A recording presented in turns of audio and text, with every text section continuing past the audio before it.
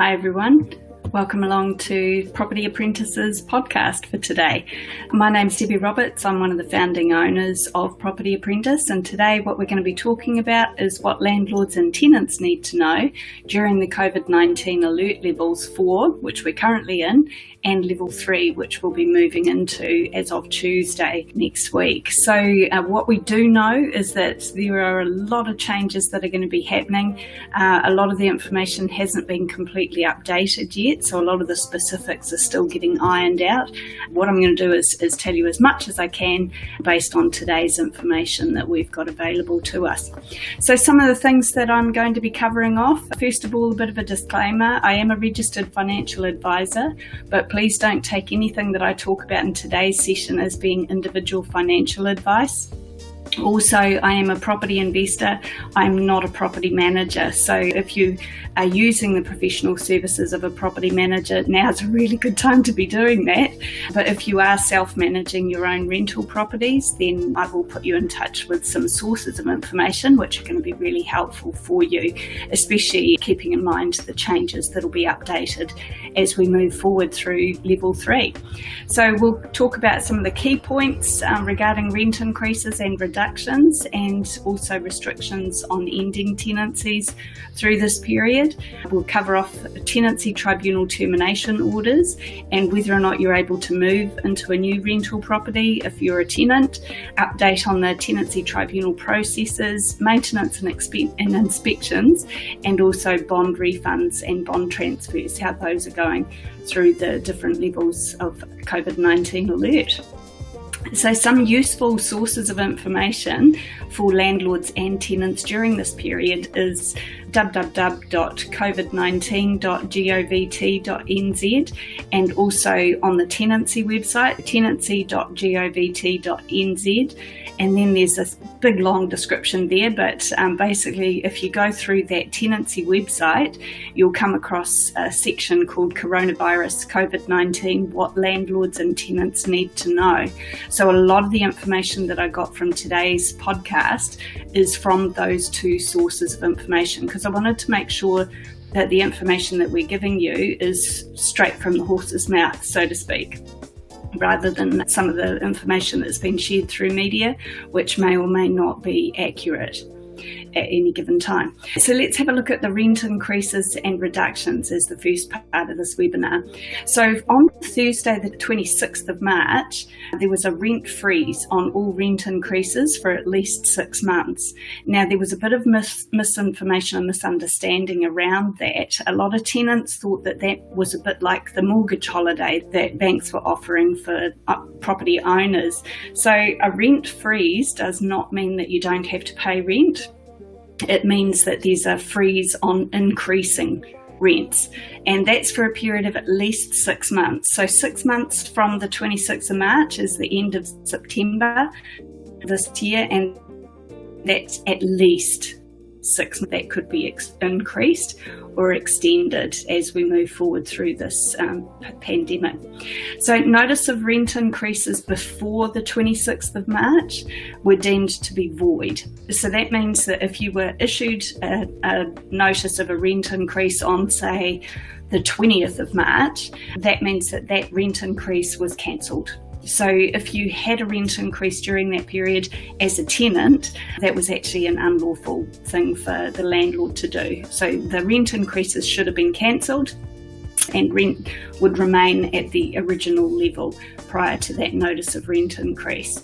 If a landlord increases the rent or tries to increase the rent during this period where there's a freeze on rent increases, they could be liable for exemplary damages of up to $6,500. Now, for those of you that are landlords and managing properties yourself or using the professional services of a property manager, you need to understand this, because $6,500 is not pocket money for most people. So you need to understand this. Ignorance is not an excuse when it comes to tenancy tribunal. So you can't say, oh, I didn't know or I didn't realise. You'll be up to a $6,500 fine in that situation. Landlords and tenants during this period are allowed to agree to lower the rent temporarily. So what we at Property Apprentice are recommending that you do is that if you're a tenant and you're having difficult financial issues because of the COVID-19, talk to your landlord and ask them if there's anything that they can do to help. Your first point of call should be to contact the government agencies and see if there's any subsidies that you qualify there through WINS, for example. I'll talk about a couple of links that can be useful, but also talk to your landlord sooner rather than later. You do need to understand, though, that a lot of landlords are also facing the same situation that you might be yourself. So if you're a landlord, remember that having someone pay something is better than having someone pay nothing. So, if you can reach a mutual agreement, that's beneficial for both parties. Now, if you do agree to reduce the rent temporarily during this period of a rent freeze, when you return the weekly rent to the original rent amount, that is not considered to be a rent increase. It's just a return to the previous amount. So you can return to normal rent during this rent freeze period, the freeze on rent increases, and you won't be up for the penalty charges of up to $6,500. So you need to make sure that you cover off the right documentation, and all of the documentation that you need is available through that website that I mentioned, the tenancy website. You can get all the information that you need from that website there. So really important for both sides of the party through this discussion to come to a mutual agreement if possible. Now, restrictions on ending tenancies. Restrictions apply for an initial period of 3 months, which takes us up to the end of June at least. Okay, so there are some situations where you are not allowed to end tenancies. And well, to be fair, it's more that there's some very limited situations where you are able to end a tenancy rather than limited situations where you can't. So now you're not going to be able to end tenancies until at least the end of June, potentially longer than that. We'll see what happens. And that's regardless of when the notice was provided. So in other words, if you issued notice to end a tenancy before the 26th of March, but it hadn't taken effect before the 26th of March, then that's been cancelled. There are some limited circumstances, as I mentioned, which are that if the tenant substantially damages or threatens to substantially damage the premises, then that's grounds for ending a tenancy. If the tenant assaults or threatens to assault the landlord, their family, or the neighbours. If the tenant abandons the property, engages in antisocial behaviour, which is defined as being harassment or any intentional act. If the act reasonably causes significant alarm, distress, or nuisance. Okay, that's all what qualifies as antisocial behaviour. Or if the tenant is 60 days behind in rent. Now that 60 days is an increase from the normal period, which is 21 days. And in a situation where a tenant is 60 days behind in rent, and the tribunal also needs to take into account the fairness of that situation and whether or not the tenant is making reasonable efforts to pay the rent. Okay, so if the tenant is doing their best to help you out, as far as paying as much as they can for rental payments, then as a landlord, you're going to have a hard time getting that approved through tenancy tribunal to have that tenancy ended on those grounds. If a tenant is the sole tenant and they pass away during this period, then that is grounds for ending a tenancy. And also if the property is deemed to be uninhabitable.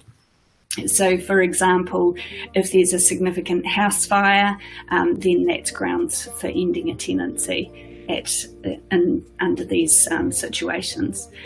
So tenants, however, are allowed to give notice to end their tenancy, and that's the normal notice period of 21 days. So they can revoke notices that have previously been given, which means that if they had given notice to end a tenancy, they could change their mind and cancel that. So fixed term tenancies will automatically convert to periodic tenancies during this period when the fixed term expires, unless both sides, landlord and tenants, agree otherwise, or if the tenant gives notice.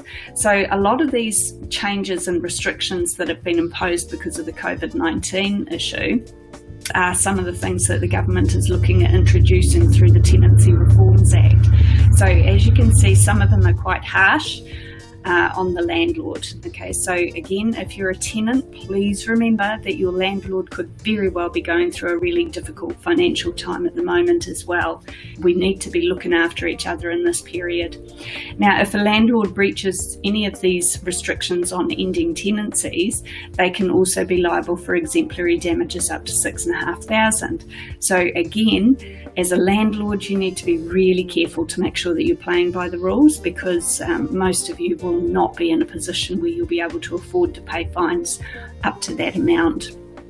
Now, if you are the landlord of a boarding house, there are different rules that apply. So there's a whole section in that tenancy section of the website that I mentioned earlier, and I'll put those websites up again. I'll mention them again at the end of the session. But there's a whole section in there that applies specifically to boarding houses. So you can fill your boots reading up on that. So tenancy tribunal termination orders, they've been temporarily suspended until the 15th day after the end of the period that protections against those terminations apply, which is initially that 3-month period. And this is only in the situations where all of the following things apply. If the tenancy tribunal order was made before the 26th of March, okay, so before we went into alert level 4, if the tenancy tribunal order to terminate that tenancy was made before then, and if the tenancy tribunal termination order takes effect after the 26th of March, if the tenant was still residing at the premises on the commencement date, if the order for termination was not made for one of the following reasons, which would be death of a sole tenant, non-payment of rent, damage or assault, because of a breach the property is uninhabitable, or if the property had been abandoned. Okay, so to clarify all of this, go to the tenancy website and all of this is stated there. This is just to give you like a heads up on some of these situations that we're currently facing. Now, none of that changes as we move into level 3. However, for this next section, moving into a new rental property, this is something that could potentially change. At alert level 4, tenants should stay in their current rental properties whenever possible. So the reason that I'm covering off alert level 4 in this podcast, as well as talking about potential changes for level 3, is just in case we end up having to go back into level 4 at some stage. Okay, so at alert level 4, tenants should stay in their current rental properties. Moves are only allowed to occur under certain limited circumstances, and extreme care has to be taken not to violate any of the alert level rules or the Ministry of Health guidelines. So some examples where moves may be considered to be essential include if a New Zealander is returning to the country, so a New Zealander comes back home to New Zealand and they need to begin a new tenancy, they're okay, that can happen. If family violence creates a move, then that is considered to be acceptable circumstances as well to move into a new property, even at alert level 4. Or if the tenant's current rental property becomes uninhabitable. So for example, the example that I gave before, significant fire, the example that they give on the tenancy website is a catastrophic plumbing leak. Okay, so there are examples, and I would imagine that it would be considered on a case-by-case basis. So moving to a new rental property, if you need to sign a tenancy agreement at alert level 4, this should be done digitally, and that's by using a system like DocuSign. There's lots of variations that are available, or even if the property manager emails you a copy of the tenancy agreement, you print it out, sign it and send it back. So that's acceptable. Transferring of keys at alert level 4, property managers aren't allowed to go into the offices because they're not considered to be essential services. So transferring keys can only happen if the keys are available at the property manager's home. Okay, and when they transfer keys, physical distancing has to be maintained and the keys should be sanitised. Okay, so with the proper sanitisation to make sure that there's no chance of passing on that virus. At alert level 3, I would assume that side of things would continue to be the same. So this is an area where we're waiting for a bit more clarification on what alert level 3 would look like for property managers. But essentially, the property managers will still have to make sure that they meet the restrictions followed, given the guidance at alert level 3. So, I would assume that this would also mean that you're not going to be able to make physical contact, like actually handing over the keys in person. It'll have to be that social distance taken into account. Tenants are only allowed to move at alert level 4 in a private vehicle and only with members of their own household. So at alert level 4, they're not allowed to hire a moving service during this time. In other words, they're not allowed to involve anyone outside of their bubble. At alert level 3, my understanding from what I've read on the government websites is that if you need to move, you can move using the services of a moving service. Okay, but again, you still need to make sure that you keep your social distance, and the moving service would be responsible for upholding their end of that criteria as well. So if you have any problems with a tenancy, then there are some things that you can do, like mediation through the Tenancy Tribunal. At alert level 4, landlords are not allowed to visit their rental properties, and valid orders from the Tenancy Tribunal have to be enforced through the Civil Collection Unit at the Ministry of Justice. So the update on how the Tenancy Tribunal processes are going. During alert level 4 and also throughout alert level 3, the Tenancy Tribunal will hear cases that cover the following things: antisocial behaviour, substantial property damage, assault or threat of assault, if the property is uninhabitable, death of a sole tenant, abandonment of a tenancy, rent arrears of more than 60 days, and reduction of a fixed-term tenancy only if it's COVID-19 related. The final example in this section here is if there's an undefended vacated tenant bond. When it comes to maintenance and inspections, during level 4, as I mentioned, landlords are not allowed to visit their tenants or carry out inspections. So during alert level 4, if you need to do an inspection for insurance purposes or something like that, or if the tenant phones you with an issue, something that needs to be repaired, you have got the option. At alert level 4, you could potentially do a virtual inspection. You are allowed to hire a tradesperson to carry out any urgent repairs that need to be fixed during the lockdown period, and that's by essential services only. So plumbers, electricians, things like that. Under the lockdown period, if it's an urgent repair, that's okay.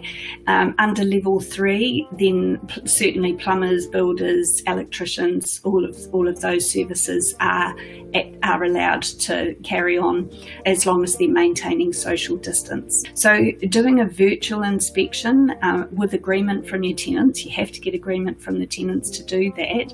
In other words, you might say to your tenant, can we FaceTime so that you can show me what you're talking about so I can help determine how urgent this is and whether it would qualify as an urgent repair under whatever lockdown level we're at. So it will also help if you can get the tenant to send photos so that you can send that through to the tradesperson as well to give them an idea of what they need to do, or potentially get the tenant to do a little video from their phone just to show you what the issue is. Bond refunds and bond transfers are being treated as an essential service. So bond refunds are being processed within 10 working days at the moment upon receipt of the refund form. Lodgements through the Tenancy Tribunal. So if you've got a new tenancy starting, it might take longer for that bond to get lodged with the tenancy services because they are taking a back seat as far as, refunds are the top priority at the moment, which is how it should be. So just to go over those sources of information, and I highly recommend that you keep an eye on these two websites as we move forward through into Alert Level 3, because obviously this will be updated as certain situations get clarified from property managers or landlord requests through these government agencies. So the first website is covid19.govt.nz, and the second website that we're recommending is tenancy.govt.nz. The full link to get to where you need to go for the tenancy one, for what landlords and tenants need to know, is tenancy.govt.nz/about-tenancy-services/covid-19-what-landlords-and-need-to-know. So that's fairly simple and easy to remember if you're listening to this on the run. However, I will put those links into the transcription so you'll be able to find when you get back to your computer. Okay, so please subscribe to the podcast. Hopefully you found today's session useful. Please subscribe so that you don't miss anything, the new podcasts as they come through. And if you've got ideas that you'd like me to cover off in these podcasts, I'm aiming to do them at least weekly. So please email suggested topics to me. That's Debbie@propertyapprentice.co.nz. Debbie spelled DEBBIE. So Debbie@propertyapprentice.co.nz. And if you haven't already done so, please register for one of our upcoming free online training events. I'm running them live online, and you can register for one of our upcoming events at propertyapprentice.co.nz.